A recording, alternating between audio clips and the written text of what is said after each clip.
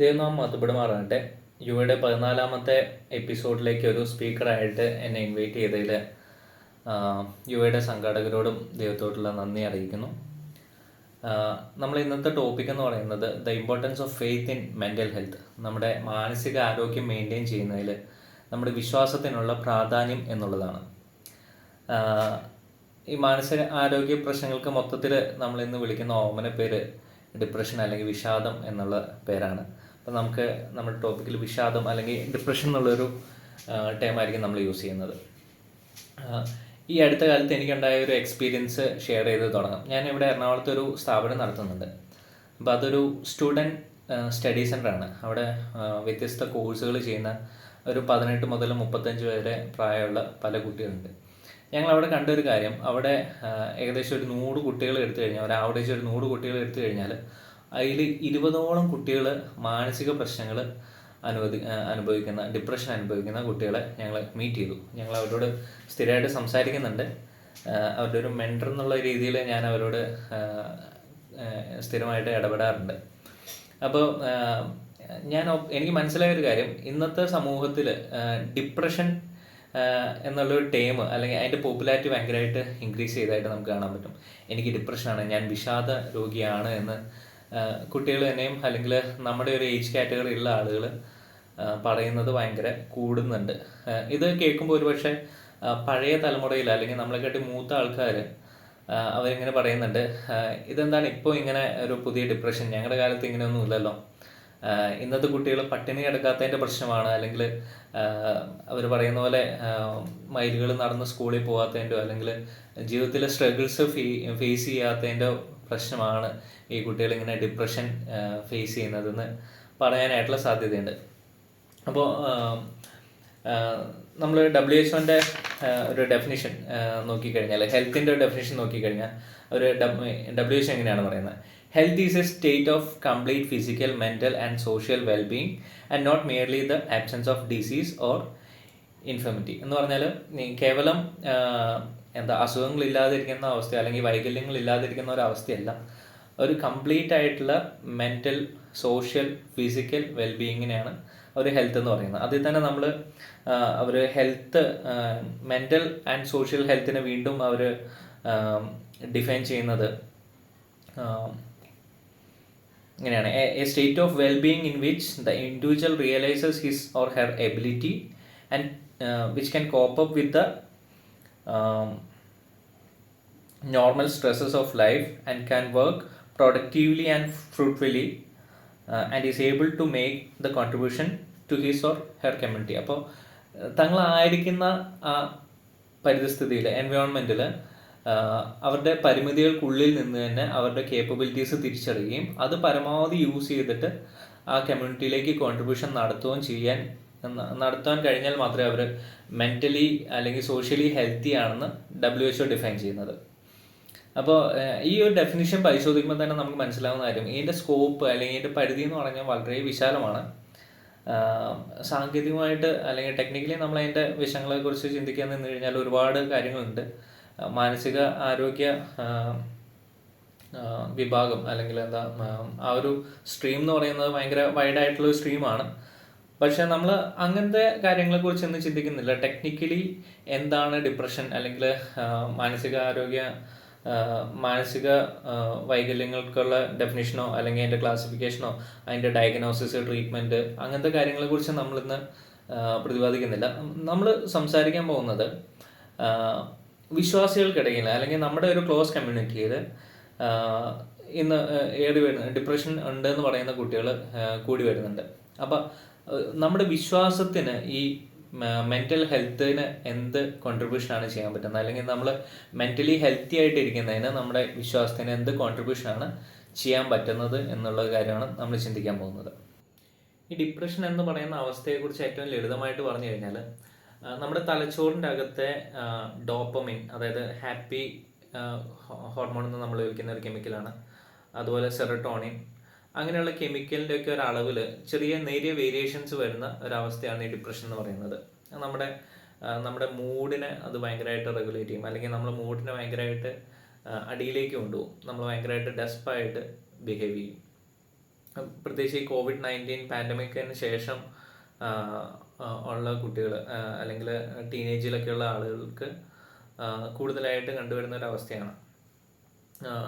May be അവർ കുറച്ചും കൂടി isolated ആയിട്ട് പോയി എന്നുള്ളൊരു തോട്ടായിരിക്കാം ഈ ഒരു അവസ്ഥയിലേക്ക് അത് അവർ നയിച്ചത്. അപ്പോൾ ഇത് കൃത്യമായിട്ട് ഡയഗ്നോസ് ചെയ്യണമെങ്കിൽ ഒരു സൈക്കാട്രിസ്റ്റോ അല്ലെങ്കിൽ ഒരു സൈക്കോളജിസ്റ്റോ ഒക്കെ ആവശ്യമാണ്.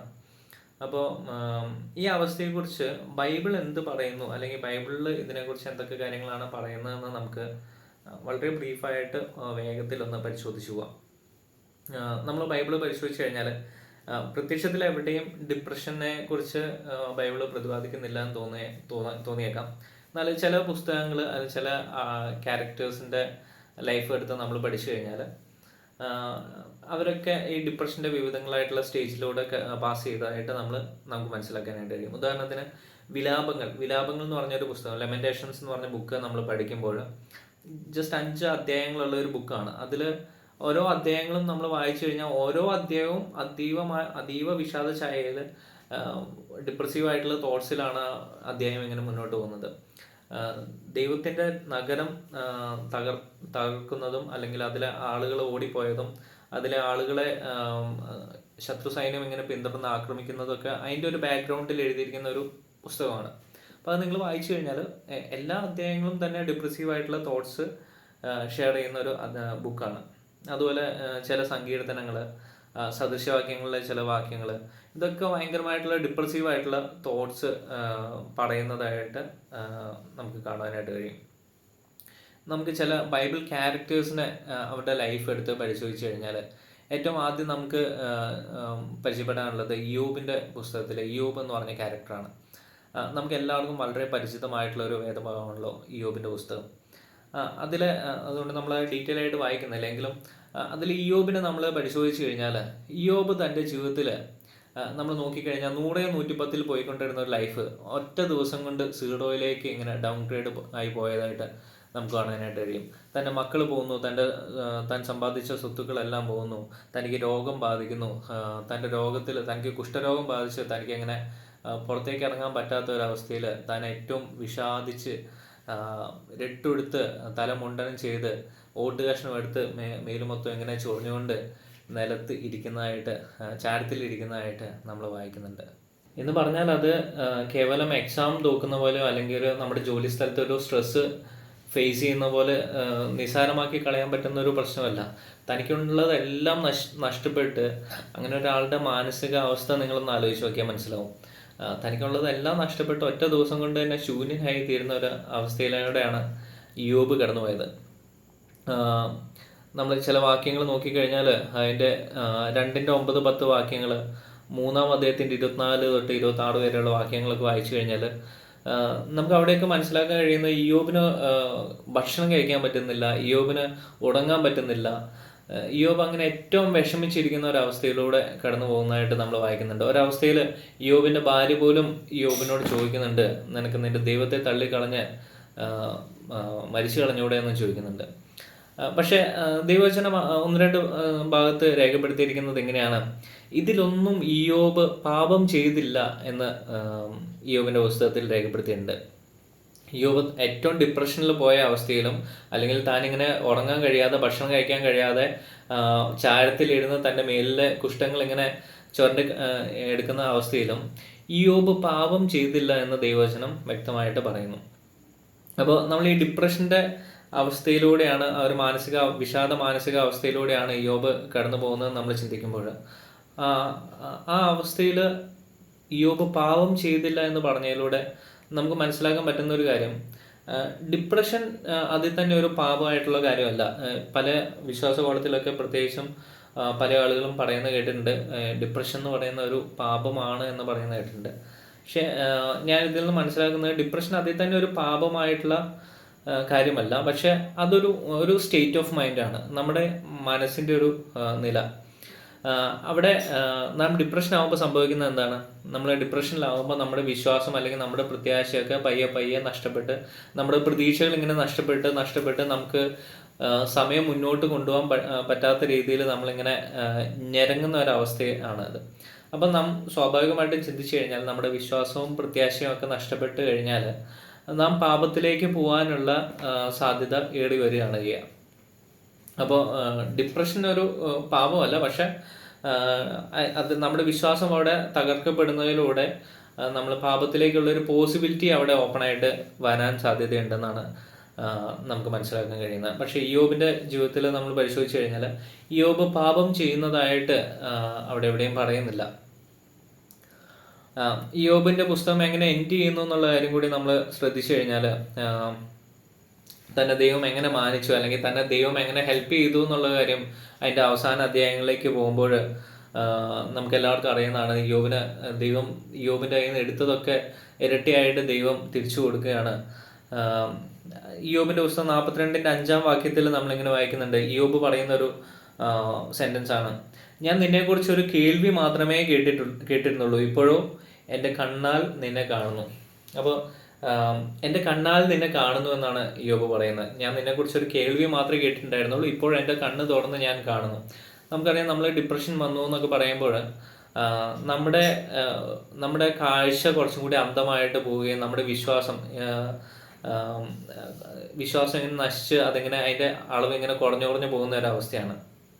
പക്ഷെ ദൈവം തന്നെ വെളിപ്പെടുത്തി ഇയ്യോബിനെ ഹെൽപ്പ് ചെയ്ത ഒരു പോയിന്റിൽ ഇയ്യോബിന് തൻ്റെ ഉള്ളിൽ ചിന്തിച്ച ചിന്തകൾക്ക് വിഭിന്നമായിട്ടുള്ള ഒരു എക്സ്പീരിയൻസ് ആണ് ഇയ്യോബിന് ഫീൽ ചെയ്തത്. അതുകൊണ്ടാണ് ഞാൻ നിന്നെക്കുറിച്ചൊരു കേൾവി മാത്രമേ കേട്ടിരുന്നുള്ളൂ, എൻ്റെ കണ്ണിപ്പോഴാണ് തുറന്നത്, എനിക്ക് നിന്നെ ഇപ്പോഴാണ് പൂർണ്ണമായിട്ടും കാണാൻ കഴിഞ്ഞത് എന്നുള്ള കാര്യം ഇയ്യോബ് പറയുന്നത്.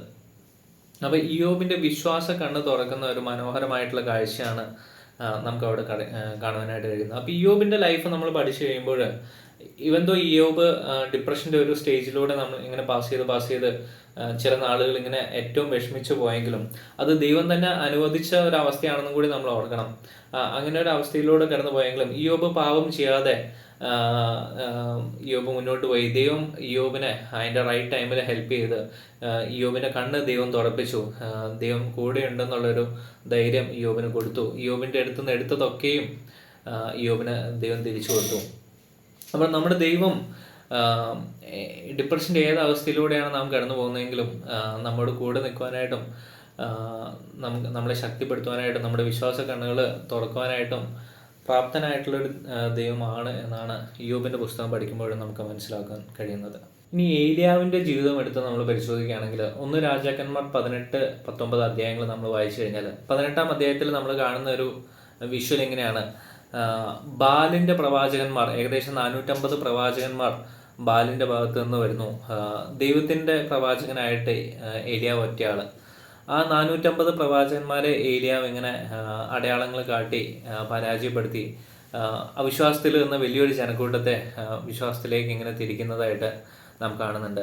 എന്നാൽ ആ ഒരു വലിയ വിജയത്തിന് ശേഷം തൊട്ടടുത്ത അധ്യായത്തിലേക്ക് 19-ാം അധ്യായത്തിലേക്ക് വരുമ്പോൾ അവിടെ നാം കാണുന്നത് ഇസബേൽ എന്ന് പറയുന്ന ആൾ വന്നിട്ട് ഏലിയാവിനോട് ഇങ്ങനെ പറയുകയാണ്: നാളെ ഈ നേരം ആകുമ്പോൾ, നാളെ വൈകുന്നേരം ഈ സമയമാകുമ്പോൾ ഈ ബാലിൻ്റെ പ്രവാചകന്മാരെ നീ വെട്ടിക്കൊന്നതുപോലെ നിന്നെയും വെട്ടിക്കൊല്ലുമെന്ന് ഒരു വെല്ലുവിളി ഇങ്ങനെ പറയുന്നതായിട്ട് നമ്മൾ കാണാം.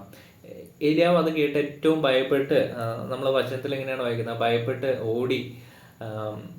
ദൂരെ ഓടിപ്പോയിട്ട് ഒരു മരുഭൂമിയിൽ 2 ദിവസത്തെ വഴി നടന്നതിന് ശേഷം ഒരു ചൂരൽ ചെടിയുടെ അടിയിൽ അടുത്ത് പോയി നിന്ന് അവിടെ കിടന്ന് മരിക്കാനായിട്ട് ഇച്ഛിച്ചു. 19-ാം അധ്യായം 4-ാം വാക്യത്തിൽ നമ്മളിങ്ങനെയാണ് വായിക്കുന്നത്: ഒരു ചൂരൽ ചെടിയുടെ അടുത്ത് പോയി ഏലിയാവ് മരിക്കുവാനായിട്ട് ആലോചിച്ചു എന്നാണ് പറയുന്നത്. അപ്പോൾ ഈ ഏലിയാവിനുണ്ടായ ഭയം ഏലിയാവിൻ്റെ മനസ്സിനെ ഏറ്റവും ഡിപ്രഷനിലേക്ക് അല്ലെങ്കിൽ വിഷാദത്തിലേക്ക് നയിച്ചിരിക്കാം. അപ്പോൾ നമ്മുടെ മനസ്സ് വിഷാദത്തിലേക്ക് പോയി കഴിഞ്ഞാൽ അത് നമ്മുടെ കാഴ്ചയും അല്ലെങ്കിൽ നമ്മുടെ ചിന്താഗതികളെ അന്ധമാക്കി കളയും എന്നുള്ളതിൻ്റെ ഒരു എക്സാമ്പിളാണ് ഏലിയാവിൻ്റെ ലൈഫിൽ നമുക്ക് കാണാനായിട്ട് കഴിയുന്നത്. കാരണം തൊട്ട് തലേ ദിവസം ദൈവത്തിൻ്റെ സഹായത്താൽ വലിയ കാര്യങ്ങൾ ചെയ്ത 450ഓളം ബാൽ പ്രവാചകന്മാരെ തോൽപ്പിച്ച് അവരെ വെട്ടിക്കൊന്ന ഏലിയാവ് ഇസബേലിൻ്റെ ഒരൊറ്റ ഭീഷണിയിൽ വീണു പോവുകയും താൻ അങ്ങനെ ഓടി ഒളിക്കുകയും ചെയ്യുന്ന ഒരു കാഴ്ച. അപ്പം ഡിപ്രഷൻ നമ്മുടെ കാഴ്ചപ്പാടിനെ അന്ധമാക്കി കളയുകയും അല്ലെങ്കിൽ നമ്മുടെ ചിന്താഗതികളെ മായ്ച്ചു കളയുന്ന ഒരു കാര്യമായിട്ട് നമുക്ക് കാണുവാനായിട്ട് കഴിയും. നമ്മൾ ചിന്തിക്കേണ്ട ഒരു കാര്യം, ഏലിയാവ് പ്രവാചകൻ പോലെ ഒരാൾക്ക് ഇങ്ങനത്തെ ഒരു ദൈവത്തെ ഇത്രയും അടുത്ത് എക്സ്പീരിയൻസ് ചെയ്തിട്ടുള്ള, അല്ലെങ്കിൽ ദൈവമായിട്ട് ഡയറക്റ്റ് ഇത്രയും കോണ്ടാക്റ്റിൽ വന്ന ഒരാൾക്ക് ഇങ്ങനെയൊരു ഒരു വിഷാദത്തിലേക്ക് പോകാമെങ്കിൽ നമ്മളെപ്പോലെയുള്ള സാധാരണ ആളുകളുടെ ലൈഫിലും ഇങ്ങനത്തെ മനോനിലകളെ എക്സ്പീരിയൻസ് ചെയ്യാനായിട്ടുള്ള സാധ്യത ഏറെയാണ്. എന്നാൽ ആ പുസ്തകത്തിൻ്റെയും ആ വേദഭാഗത്തിൻ്റെയും ക്ലൈമാക്സിലേക്ക് നമ്മൾ വരുമ്പോൾ ഏലിയാവിനെ ദൈവം സന്ദർശിക്കുന്നതായിട്ടും ദൈവം ഏലിയാവിനെ അവിടുന്ന് എടുത്തുയർത്തി വീണ്ടും ദൈവത്തിൻ്റെ വേലയ്ക്കായിട്ട് അയക്കുന്നതായിട്ടും നാം വായിക്കുന്നുണ്ട്. അപ്പോൾ അവിടെയും ദൈവം കൂടെ നിൽക്കുന്നതായിട്ട് തന്നെയാണ് നമുക്ക് ഇയ്യോബിൻ്റെ ജീവിതത്തിൽ കണ്ട പോലെ തന്നെ ഏലിയാവിൻ്റെ ജീവിതത്തിൽ നമുക്ക് കാണുവാനായിട്ട് കഴിയുന്നത്. ദാവീദിൻ്റെ ജീവിതം നമ്മൾ എടുത്ത് പരിശോധിച്ച് കഴിഞ്ഞാൽ നമുക്കറിയാം, ദാവീദ് ദൈവത്തിൻ്റെ ഹൃദയപ്രകാരമുള്ള മനുഷ്യനാണ്. എന്നാൽ ദാവീദിൻ്റെ ജീവിതത്തിൽ നാം പരിശോധിച്ചാൽ ദാവീദ് രാജാവാകുന്നതിന് മുമ്പ് തന്നെ ശൗല് അനേക വർഷങ്ങൾ ദാവീദിനെ ഇങ്ങനെ ഇട്ട് നെട്ടോട്ടം ഓടിക്കുന്നതായിട്ട് നമ്മൾ കാണുന്നുണ്ട്. ഒരു ഗുഹയിൽ നിന്ന് മറ്റൊരു ഗുഹയിലേക്ക് ദാവീദ് ഇങ്ങനെ ഓടുന്നതായിട്ട് കാണാം.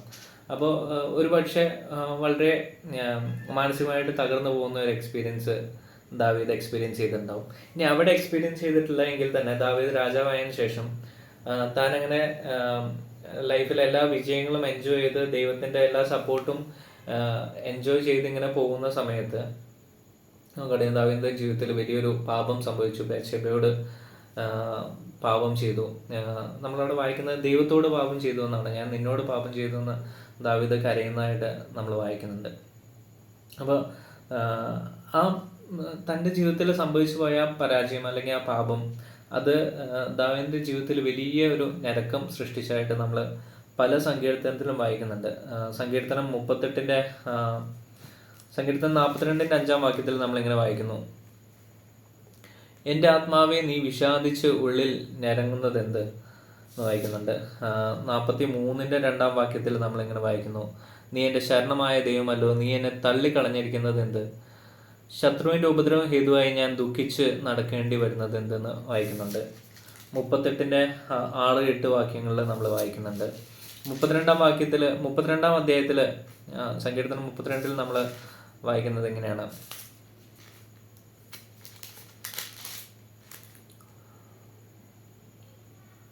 ഞാൻ മിണ്ടാതിരുന്നപ്പോൾ നിത്യമായ ഞരക്കത്താൽ എൻ്റെ അസ്ഥികൾ ക്ഷയിച്ചുപോയി. രാവും പകലും നിന്റെ കൈ എൻ്റെ മേൽ ഭാരമായിരുന്നു. എൻ്റെ മജ്ജ വേനൽക്കാലത്തിൽ ഉഷ്ണത്താൽ എന്ന പോലെ വറ്റിപ്പോയി. 3-4 വാക്യങ്ങൾ നമ്മൾ അങ്ങനെയാണ് വായിക്കുന്നത്. അപ്പോൾ ഒരു പാപാവസ്ഥ അല്ലെങ്കിൽ തൻ്റെ ലൈഫിൽ പറ്റിപ്പോയൊരു പാപം തൻ്റെ ഹൃദയത്തിൽ എത്രത്തോളം ഭാരമായിരുന്നു എന്നുള്ളൊരു കാര്യമാണ് ആ വാക്യങ്ങളൊക്കെ വായിക്കുമ്പോൾ നമുക്ക് മനസ്സിലാക്കാനായിട്ട് കഴിയുന്നത്. പക്ഷെ 32-ാം അധ്യായം തന്നെ തുടർന്ന് വായിക്കുമ്പോൾ നമുക്കറിയാം, ദാവീദ് ദൈവത്തോട് തൻ്റെ പാപം അറിയിച്ചു. ആ കൃത്യം ദൈവത്തിൻ്റെ സന്നിധിയിൽ ഏറ്റു പറഞ്ഞു കഴിഞ്ഞപ്പോൾ ദൈവം ക്ഷമിച്ചു കൊടുക്കുന്നതായിട്ടും അത് ദാവീദിൻ്റെ ഹൃദയത്തിന് വലിയ ആശ്വാസം പകർന്നതായിട്ടും നാം കാണുന്നുണ്ട്. അപ്പോൾ നമ്മുടെ ലൈഫിൽ ഡിപ്രഷൻ വരാനുള്ള മറ്റൊരു റീസൺ ഇയ്യോബിൻ്റെ ജീവിതത്തിൽ അത് ദൈവം അനുവദിച്ചതായിരുന്നെങ്കിൽ ദാവീദിൻ്റെ ജീവിതത്തിൽ നമ്മൾ കാണുന്ന റീസൺ അതൊരു പാപമായിരുന്നു എന്നുള്ളൊരു കാര്യമാണ്. ഒരു പാപം തൻ്റെ ലൈഫിൽ സംഭവിച്ചത് കൊണ്ട് അല്ലെങ്കിൽ അത് താൻ ദൈവസന്നിധിയിൽ ഏറ്റു പറയാതെ കൊണ്ടേ നടന്നതുകൊണ്ട് തൻ്റെ ഹൃദയത്തിന് മേലെ അത് വലിയ ഭാരമായിട്ട് തീരുന്നതായിട്ടാണ് നമ്മൾ കാണുന്നത്. പക്ഷെ അവിടെയും നമ്മൾ കാണുന്നത് ആ ഡിപ്രഷൻ്റെ അവസ്ഥയ്ക്കും ദൈവം പരിഹാരം കൊടുക്കുന്നുണ്ട്. ദൈവം ക്ഷമിച്ചു കൊടുക്കുമ്പോൾ ആ ഡിപ്രഷൻ പൂർണ്ണമായിട്ടും ദാവീദിനെ വിട്ടു മാറുന്നതായിട്ട് നമ്മൾ വായിക്കുന്നുണ്ട്. അതിൻ്റെ കോൺസിക്വൻസ് വീണ്ടും ഉണ്ടെങ്കിലും ദാവീദിൻ്റെ ഹൃദയത്തിന് ആശ്വാസം ലഭിച്ചതായിട്ട് നമ്മൾ വായിക്കുന്നുണ്ട്. സങ്കീർത്തനങ്ങളിൽ എല്ലാം അതിൻ്റെ എൻഡിങ് നോട്ട്സിലേക്ക് വരുമ്പോൾ ദാവീദ് സന്തോഷത്തോടെ അല്ലെങ്കിൽ പ്രത്യാശയോടെ ആശ്വാസത്തോടെ തന്നെയാണ് അവസാനിപ്പിക്കുന്നത് എന്ന് നമുക്ക് കാണുവാനായിട്ട് കഴിയും. ഇനി പഴയ നിയമത്തിൽ ചില ക്യാരക്ടേഴ്സിനെയാണ് നമ്മളിപ്പോൾ നോക്കിയത്. പുതിയ നിയമത്തിലേക്ക് വന്നു കഴിഞ്ഞാൽ അവിടെയും ചില ഡിപ്രഷൻ്റെ ഹിൻസ് നമുക്ക് കാണുവാനായിട്ട് കഴിയും. പൂർണ്ണമായിട്ടും ഉണ്ടെന്നല്ല. അപ്പോസ്തലനായ പൗലോസിൻ്റെ ജീവിതം നമ്മളെടുത്ത് പരിശോധിച്ച് കഴിഞ്ഞാൽ നമുക്കറിയാം, പൗലോസ് വന്ന ഒരു ബാക്ക്ഗ്രൗണ്ട്, താൻ രക്ഷിക്കപ്പെടുന്നതിന് മുമ്പ് താൻ എപ്രകാരമാണ് ജീവിച്ചത്. അതുപോലെ സ്റ്റെഫാനോസ് എന്ന് പറഞ്ഞ ദൈവിക മനുഷ്യനെ കൊലപ്പെടുത്തിയതിൻ്റെ ഒരു ഉത്തരവാദിത്വം അത് പൗലോസിനുണ്ടായിരുന്നു എന്നുള്ളൊരു കാര്യം നമുക്ക് ഓർക്കാം. അപ്പോൾ പിന്നീട് സംഭവിച്ചിരിക്കാവുന്ന ഒരു കാര്യം എന്ന് പറയുന്നത്, പൗലോസ് തൻ്റെ മിനിസ്ട്രി ആയിട്ട് മുന്നോട്ട് പോകുന്ന ഓരോ സമയത്തും അവിടെയൊക്കെയും താൻ ഫേസ് ചെയ്യുന്ന ആളുകൾ തൻ്റെ പാസ്റ്റ് ഹിസ്റ്ററി എടുത്തിട്ട് പൗലോസിനെതിരെ പറഞ്ഞിരിക്കാനായിട്ടുള്ള സാധ്യത ഏറെയാണ്. അപ്പം അത് മിക്കവാറും പൗലോസിൻ്റെ ഒരു ചിന്താമണ്ഡലത്തെക്കുറിച്ച് ചിന്തയെക്കുറിച്ച് നമ്മൾ ചിന്തിച്ചു കഴിഞ്ഞാൽ നമുക്ക് മനസ്സിലാക്കാൻ പറ്റുന്ന കാര്യം, ഒരു കുറ്റബോധം തീർച്ചയായിട്ടും പൗലോസിൻ്റെ ഉള്ളിൽ ഉണ്ടായിരുന്നിരിക്കണം. പലപ്പോഴും തൻ്റെ മിനിസ്ട്രിയെ പുറകോട്ട് വലിക്കുന്ന രീതിയിലുള്ള ഒരു തോട്ട് പൗലോസിൻ്റെ ജീവിതത്തിൽ ലൈഫിൽ ഉണ്ടായിരുന്നിരിക്കണം. അപ്പോൾ പൗലോസിൻ്റെ എതിരെ നിന്ന് ചിലർ പലരും ഇതൊരു ആയുധമായിട്ട്, ഒരു വെപ്പണായിട്ട് പൗലോസിനെതിരെ യൂസ് ചെയ്തിരിക്കാനായിട്ടുള്ള സാധ്യതയുമുണ്ട്. 2 കൊരിന്ത്യർ അതിൻ്റെ 1:8 പൗലോസ് ഇങ്ങനെ പറയുന്നുണ്ട്: ഞങ്ങൾ ജീവനോടെ ഇരിക്കുമോ എന്ന് നിരാശ തോന്നുമാറ് ഞങ്ങൾ ശക്തിക്ക് മീതെ അത്യന്തം ഭാരപ്പെട്ടു എന്ന് പറയുന്നുണ്ട്. അതിൻ്റെ ഒപ്പം തന്നെ ആ 2 കൊരിന്ത്യർ 1 തന്നെ ഈ കഷ്ടങ്ങളും പ്രയാസങ്ങളും തങ്ങളുടെ ദൈവാശ്രയത്തെ എപ്രകാരം ഉയർത്തിക്കൊണ്ടുവരാനായിട്ട് ഹെൽപ്പ് ചെയ്തു എന്നുള്ള കാര്യവും പൗലോസ് പറയുന്നുണ്ട്. ദൈവം കൂടെ നിന്ന് എക്സ്പീരിയൻസ് ആയിരുന്നു, അതല്ലെങ്കിൽ തങ്ങളുടെ ദൈവത്തിലുള്ള ആശ്രയം കൂട്ടുവാനായിട്ട് അത് തങ്ങളെ ഹെൽപ്പ് ചെയ്തു എന്നുള്ള കാര്യം അവിടെ തന്നെ പറയുന്നുണ്ട്. 1 കൊരിന്ത്യർ 15:8 പൗലോസ് ഇങ്ങനെ എഴുതുന്നു. പൗലോസിന്റെ ഒരു കോംപ്ലക്സ് ആണ് പറയുന്നത്. എല്ലാവർക്കും ഒടുവിൽ അകാല പ്രജയെ പോലെയുള്ള എനിക്കും എന്നാണ് പറയുന്നത്. എന്ന് പറയുമ്പോൾ പൗലോസിന്റെ ഒരു ഇൻഫീരിയോറിറ്റി കോംപ്ലക്സ്, ഞാൻ പറഞ്ഞില്ല നേരത്തെ പറഞ്ഞ പോലെ തൻ്റെ മുൻകാല ജീവിതത്തിലെ പ്രശ്നങ്ങൾ ഓർത്തിട്ടാവാം, ഒരു ഇൻഫീരിയോറിറ്റി കോംപ്ലക്സ് തൻ്റെ ചിന്താമണ്ഡലത്തിൽ ഉണ്ടായിരുന്നു. പൗലോസിന്റെ പല ലേഖനങ്ങളും വായിക്കുമ്പോൾ പൗലോസ് എപ്പോഴും തൻ്റെ അവസ്ഥയെ ഏറ്റവും അടിച്ചു താഴ്ത്തി, ഏറ്റവും ഹീനമായിട്ടുള്ള അവസ്ഥയായിട്ട് പൗലോസ് പറയുന്നതിൻ്റെ കാരണം ഒരു പക്ഷേ തൻ്റെ ജീവിതത്തിലെ ആ ഒരു വിഷാദ ചിന്ത ആയിരിക്കാൻ സാധ്യതയുണ്ട്. എന്നാൽ ഇതേ പൗലോസ് തന്നെ കാരാഗ്രഹത്തിൽ മരണത്തെ മുൻകണ്ട് നിന്നപ്പോഴും എപ്പോഴും സന്തോഷിപ്പിൻ എന്നുള്ള വാക്യങ്ങളൊക്കെ പറഞ്ഞതായിട്ടും നമുക്കറിയാം. അപ്പോൾ ദൈവം പൗലോസിൻ്റെ കൂടെ നിന്ന് ഈ വിഷാദ ചിന്താഗതിയിൽ നിന്ന് പൗലോസിനെ ഗ്രാജ്വലി മാറ്റി രൂപാന്തരപ്പെടുത്തി കൊണ്ടുവരുന്നതായിട്ട് നമുക്ക് ലേഖനം വായിക്കുമ്പോൾ നമുക്ക് എക്സ്പീരിയൻസ് ചെയ്യാനായിട്ട് കഴിയും. അപ്പോൾ ഏതൊരു വിശ്വാസിയുടെ ജീവിതത്തിലും ദൈവം ഡിപ്രഷൻ അനുവദിക്കുന്നുണ്ടെങ്കിൽ അതിൽ നിന്ന് തിരിച്ച് കരകയറി വരുവാനായിട്ട്, അല്ലെങ്കിൽ റിക്കവർ ചെയ്ത് മുന്നോട്ട് വരുവാനായിട്ടുള്ള ഒരു പ്രത്യാശയും ആശ്വാസവും ധൈര്യവും ദൈവവചനം അല്ലെങ്കിൽ ദൈവം നമുക്ക് പ്രൊവൈഡ് ചെയ്യുന്നുണ്ട് എന്നുള്ള കാര്യം ഏറ്റവും വ്യക്തമാണ്. ഇനി കർത്താവായ യേശുക്രിസ്തുവിൻ്റെ ജീവിതം നമ്മൾ എടുത്തു നോക്കിയാലും നമുക്കറിയാം, കർത്താവ് ക്രൂശിലേക്ക് അടുക്കുമ്പോഴും ഒരു സമ്പൂർണ്ണ മനുഷ്യൻ, ഒരു 100% മനുഷ്യൻ എന്നുള്ള ഒരു രീതിയിൽ ആലോചിച്ച് കഴിഞ്ഞാൽ കർത്താവ് ഏറ്റവും സ്ട്രോങ് ആയിട്ടുള്ള സ്ട്രഗിൾ ഫേസ് ചെയ്തിട്ടാണ് മുന്നോട്ട് പോയിക്കൊണ്ടിരുന്നത്. നമ്മൾ ചിന്തിച്ചു, ദാവീദിൻ്റെ പാവം ദാവീദിന് ഭാരമായിരുന്നു എന്ന്, അല്ലെങ്കിൽ ഞരക്കമായിരുന്നു എന്ന് നമ്മൾ ചിന്തിച്ചു. എങ്കിൽ സർവ്വലോകത്തിൻ്റെയും പാപം ഒരൊറ്റ ഷോൾഡറിൽ ഇങ്ങനെ വഹിക്കുന്ന കർത്താവ് യേശുക്രിസ്തുവിൻ്റെ ഒരു അവസ്ഥ, അതെത്ര പ്രയാസമായിരിക്കുമെന്ന് നമുക്ക് ഓർക്കാം. നമ്മൾ ഒരു ഭേദഭാഗത്ത് വായിക്കുന്നുണ്ട്, കർത്താവ് രക്തം വിയർത്തു എന്ന് നമ്മൾ വായിക്കുന്നുണ്ട്. അതുപോലെ കർത്താവ് പറയുന്ന കാര്യം, കഴിയുമെങ്കിൽ ഈ പാനപാത്രം എന്നിൽ നിന്ന് നീക്കണമേ എന്ന് പ്രാർത്ഥിക്കുന്നുണ്ട്. പ്രാണം വെടിയുന്ന അവസരത്തിൽ കർത്താവ് പറയുന്നുണ്ട്, ഏലി ഏലി ലമ്മ ശബക്താനി, എൻ്റെ ദൈവമേ നീ എന്നെ കൈവിട്ടത് എന്ത് എന്ന് ദൈവത്തോട് ഇങ്ങനെ ചോദിക്കുന്നതായിട്ടും നാം വായിക്കുന്നുണ്ട്. അപ്പോൾ കടുത്ത മാനസിക സമ്മർദ്ദം ഒരു മനുഷ്യനെന്ന നിലയിൽ ആലോചിക്കുമ്പോൾ താങ്ങാവുന്നതിൽ ഏറ്റവും എക്സ്ട്രീം ആയിട്ടുള്ള മാനസിക സമ്മർദ്ദം പേറിയിട്ടാണ് കർത്താവ് ആ ക്രൂശിൻ്റെ മൊമെൻറ്റ്സ് ഇങ്ങനെ പാസ് ചെയ്യുന്നതെന്ന് നമുക്ക് മനസ്സിലാക്കാനായിട്ട് കഴിയും. എന്നാലും നാം ചിന്തിച്ചു കഴിഞ്ഞാൽ, കർത്താവ് ചോദിച്ച പോലെ പിതാവ് തന്നെ കൈവിട്ടോ എന്ന് ചിന്തിച്ചു കഴിഞ്ഞാൽ നമുക്കറിയാം ഒരിക്കലുമില്ല. ഫിലിപ്പിയർ 2:6 മുതൽ 9 വരെയുള്ള വാക്യങ്ങളിൽ അതിന് തൊട്ട് മുമ്പ് കർത്താവ് എപ്രകാരമാണ് തന്നെത്താൻ താഴ്ത്തി ക്രൂശിലേക്ക് താഴ്ന്ന് സ്വയം ഇല്ലായ്മ ചെയ്തതെന്ന് നമ്മൾ വായിക്കുന്നു. 2:6-9 വരെയുള്ള വാക്യങ്ങൾ നമ്മൾ വായിക്കുമ്പോൾ അവിടെ നമ്മൾ വായിക്കുന്നത് ഇങ്ങനെയാണ്: അതുകൊണ്ട് ദൈവവും അവനെ ഏറ്റവും ഉയർത്തി സകല നാമത്തിനും മേലായിട്ടുള്ള നാമം നൽകിയെന്നാണ്. അപ്പോൾ ദൈവത്തിന് വേണ്ടി അത്രയും ഒരു സ്ട്രഗിൾ എടുത്ത കർത്താവിനെ, പിതാവിന് വേണ്ടി അത്രയും ഒരു സ്ട്രഗിൾ എടുത്ത കർത്താവിനെ പിതാവ് മാനിച്ച് തന്നെ അത്രയും ഉയർത്തി കൊണ്ടുപോയി എന്നാണ് നമ്മളവിടെ വായിക്കുന്നത്. അപ്പോൾ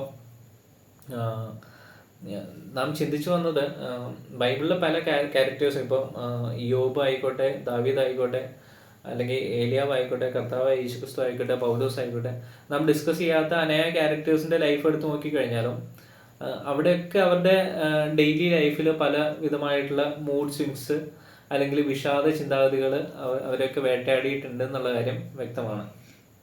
അപ്പോൾ ഈ ബൈബിളിലുള്ള ആൾക്കാരെ മാത്രമല്ല, റിയൽ ലൈഫിലുള്ള ക്രിസ്ത്യൻസിനെ എടുത്തു കഴിഞ്ഞാലും C.S. ലൂയിസ് തൻ്റെ ഭാര്യയുടെ ഒരു രോഗവുമായിട്ട് ബന്ധപ്പെട്ട് കുറച്ച് നാൾ ഡിപ്രഷനിലായിരുന്നു എന്നുള്ളൊരു ആർട്ടിക്കിൾ ഞാൻ വായിച്ചിരുന്നു. അപ്പോൾ നമ്മുടെ പേഴ്സണൽ ലൈഫ് എടുത്തു കഴിഞ്ഞാലും നമ്മൾ എല്ലാ ദിവസവും ഒരുപോലെയല്ല പോകുന്നത്. ചില ദിവസങ്ങളിൽ നമ്മൾ മെൻ്റലി ഭയങ്കര ഡൗൺ ആയിട്ട് പോകാറുണ്ട്. നമുക്കും സ്ട്രഗിൾസ് ഫേസ് ചെയ്യുന്ന സമയത്ത്, അല്ലെങ്കിൽ വലിയ നമ്മുടെ പ്രിയപ്പെട്ടവർക്ക് എന്തെങ്കിലും സംഭവിക്കുമ്പോഴോ, അസുഖങ്ങൾ വരുമ്പോഴോ, അല്ലെങ്കിൽ ചെറുതും വലുതുമായിട്ടുള്ള സ്ട്രഗിൾസ് എല്ലാ ആൾക്കാരുടെയും ലൈഫിലുണ്ട്. അപ്പോൾ അതിനോട് അസോസിയേറ്റ് ചെയ്തിട്ട് ചെറിയ അളവിലോ വലിയ അളവിലോ ഉള്ള ഡിപ്രഷന് സ്റ്റേറ്റ് ഓഫ് മൈൻഡ്സ് നമുക്കും വരുന്നുണ്ട്. അപ്പോൾ നമ്മൾ എന്തുകൊണ്ടാണ് ക്രിസ്ത്യൻസിൻ്റെ ലൈഫിൽ ദൈവം എങ്ങനെയൊരു ഇത് വെച്ചിരിക്കുന്നതെന്ന് നമ്മൾ ചിന്തിച്ചു കഴിഞ്ഞാൽ, ഡിപ്രഷൻ എന്നുള്ളൊരു സ്റ്റേജ് ഒരു ക്രിസ്ത്യൻ്റെ ലൈഫിൽ എങ്ങനെ എന്തുകൊണ്ട് വെച്ചിരിക്കുന്നു എന്ന് നാം ചിന്തിച്ചു കഴിഞ്ഞാൽ നമുക്ക് മനസ്സിലാക്കാൻ കഴിയുന്ന കാര്യം, നാം ഈ ചിന്തിച്ച വേദഭാഗങ്ങളിലൊക്കെ ഈ അവരുടെ ഒരു സ്റ്റേറ്റ് ഓഫ് മൈൻഡ് ഡൗൺ ആയി പോയത്, ഡിപ്രഷൻ ഇവർക്ക് വന്നത് എന്തെങ്കിലും ഒരു സ്ട്രഗിളിനോട് അസോസിയേറ്റ് ചെയ്തിട്ടാണ്. അവരുടെ ലൈഫിൽ അവർ ഫേസ് ചെയ്ത എന്തെങ്കിലും ഒരു കഷ്ടതയോട് അല്ലെങ്കിൽ എന്തെങ്കിലും ഒരു കാഠിന്യമുള്ള ഒരു മൊമെൻറ്റിനോട് അസോസിയേറ്റ് ചെയ്തിട്ടാണ് അവരുടെ സ്റ്റേറ്റ് ഓഫ് മൈൻഡ് ഡൗൺ ആയി പോയിട്ടുള്ളത്. അപ്പം നമ്മുടെ ലൈഫിലും ദൈവം അങ്ങനെ ഒരു അവസ്ഥ വെച്ചിട്ടുണ്ടെങ്കിൽ, അങ്ങനെ ഒരു സ്ട്രഗിൾ, അതിന് കോസായിട്ടുള്ള ഒരു സ്ട്രഗിൾ നമുക്ക് വെച്ചിട്ടുണ്ടെങ്കിൽ അത് നമ്മളെ ബിൽഡ് ചെയ്യാനായിട്ട് ആണ് എന്നുള്ള, അല്ലാതെ വേറെ റീസണൊന്നുമില്ല.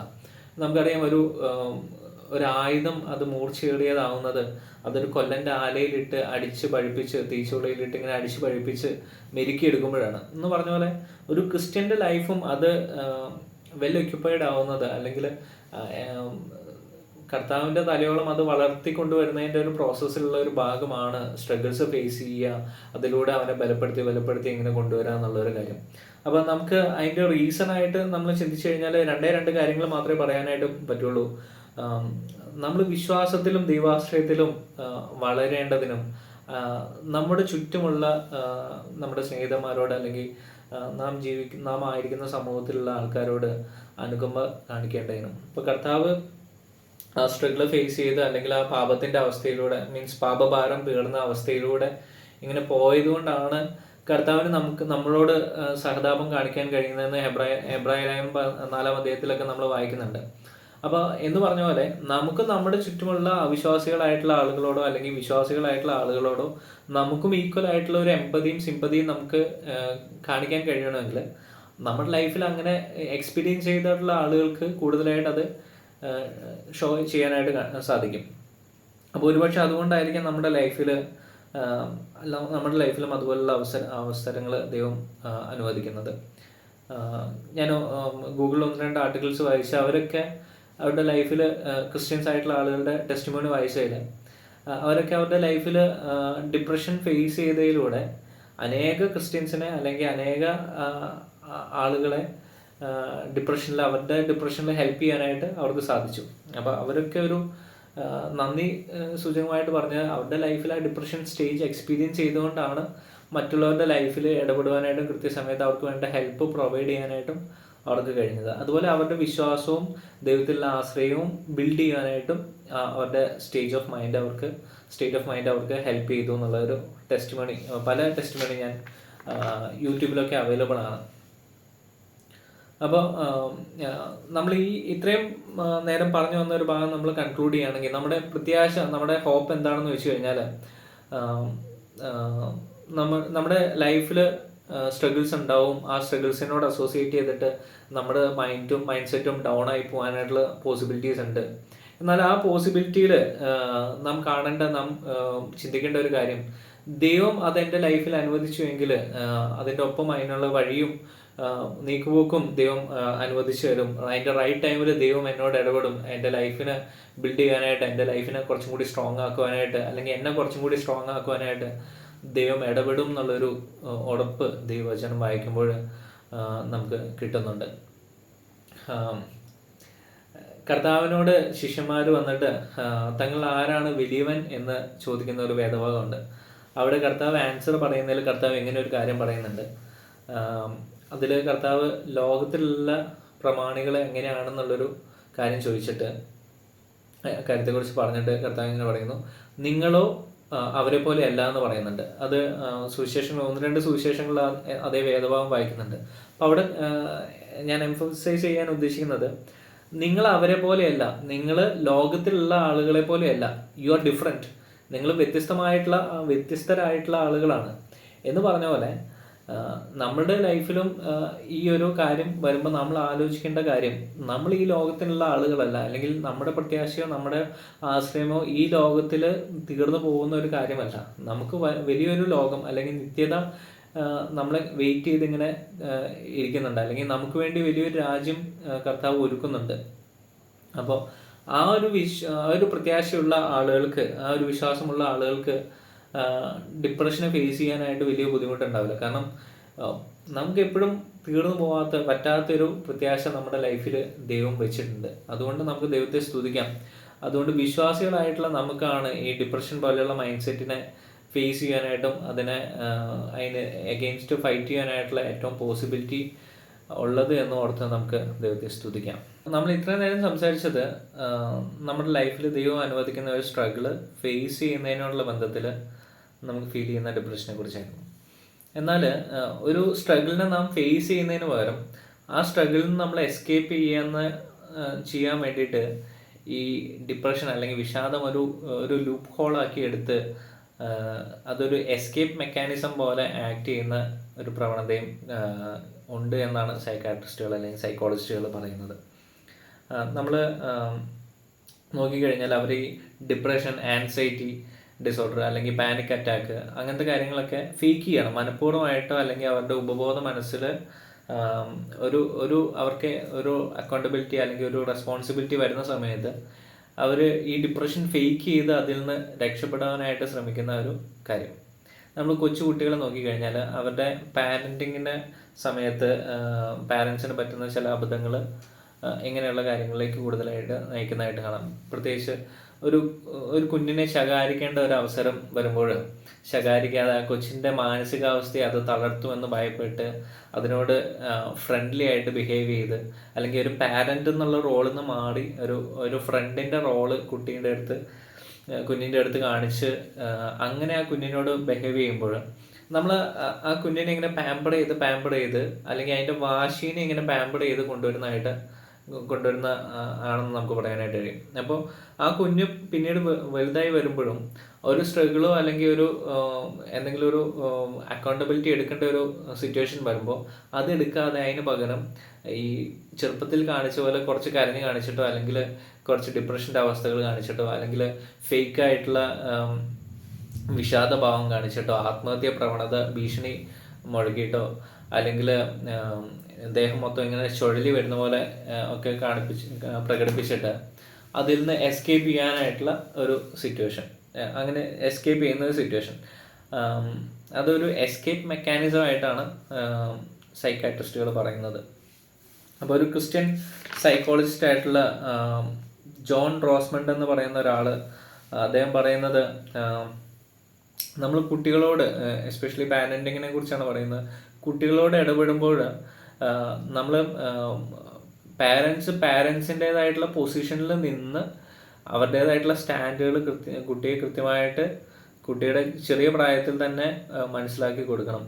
അക്കൗണ്ടബിലിറ്റി എന്താണ്, റെസ്പോൺസിബിലിറ്റി എന്താണ്, യെസ് എന്താണ്, നോ എന്താണ്, ഇതൊക്കെ കൃത്യമായിട്ട് ഒരു ദൈവവചനത്തിൻ്റെ അടിസ്ഥാനത്തിൽ തന്നെ കൃത്യമായിട്ട് കുട്ടിക്ക് ബോധ്യം വരുത്തി കൊടുക്കണം. അല്ലാതെ നമ്മൾ വെറുതെ അവരെ ഫേക്ക് ചെയ്ത് അവരെ പാമ്പർ ചെയ്ത് കൊണ്ടുവന്നിട്ട് കാര്യമില്ല. അങ്ങനെ പാമ്പർ ചെയ്ത് കൊണ്ടുവന്നു കഴിഞ്ഞാൽ അവർ വലുതായി വരുമ്പോൾ ഇങ്ങനെ ഡിപ്രഷൻസൊക്കെ ഫേക്ക് ചെയ്യുന്ന ഒരു അവസ്ഥയിലേക്ക് വരും, അല്ലെങ്കിൽ അവൻ്റെ കംഫർട്ട് സോണിൽ നിന്ന് പുറത്തു വരാനുള്ള മടി അവന് കൂടി വരും, അല്ലെങ്കിൽ പാരൻസിൻ്റെ ഓവർ കംഫർട്ടിങ് അവർക്ക് പിന്നീട് ലൈഫിൽ ഗ്രോ ചെയ്യാനുള്ള ഒരു ഹിൻഡ്രൻസ് ആയിട്ട് വരാനായിട്ടുള്ള സാധ്യതയുണ്ട് എന്നാണ്. അപ്പം ഞാനിത് പറഞ്ഞത് നമ്മൾ ഇനിയും മുന്നോട്ട് പോകുമ്പോൾ ഒരു പക്ഷേ നമ്മൾ ഫേസ് ചെയ്യാൻ പോകുന്ന, നമ്മൾ കൂടുതലായിട്ട് ഇങ്ങനത്തെ സിറ്റുവേഷൻസ് ഫേസ് ചെയ്യേണ്ടി വരും എന്നുള്ളത് കൊണ്ടാണ്. അപ്പം നമുക്ക് കൺക്ലൂഡ് ചെയ്യാം.